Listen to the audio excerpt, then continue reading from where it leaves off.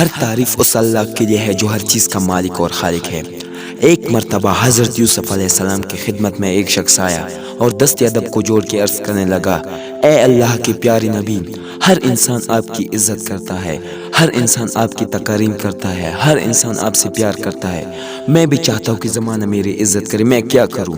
بس یہ کہنا تھا تو حضرت یوسف علیہ السلام نے فرمایا، ہر انسان چاہتا ہے کہ اس سے عزت ملے، کیونکہ اس زمین پہ سب سے مشکل کام عزت کمانا ہے۔ اگر زمانے میں عزت حاصل کرنا چاہتے ہو تو سب سے پہلے دوسروں کی عزت کرنا سیکھو، کیونکہ جب تم دوسروں کو عزت دینا شروع کرو گے تو اللہ پاک تمہیں عزت دے گا۔ ہم بھی اس بات کو تسلیم کرتے ہیں کہ ہم چاہتے تو ہے کہ لوگ ہماری عزت کریں، کیا ہم دل سے، الفاظ سے، کردار سے، حقیقت سے دوسروں کی عزت کرتے ہیں؟ سچائی سے دوسروں کی عزت کرتے ہیں؟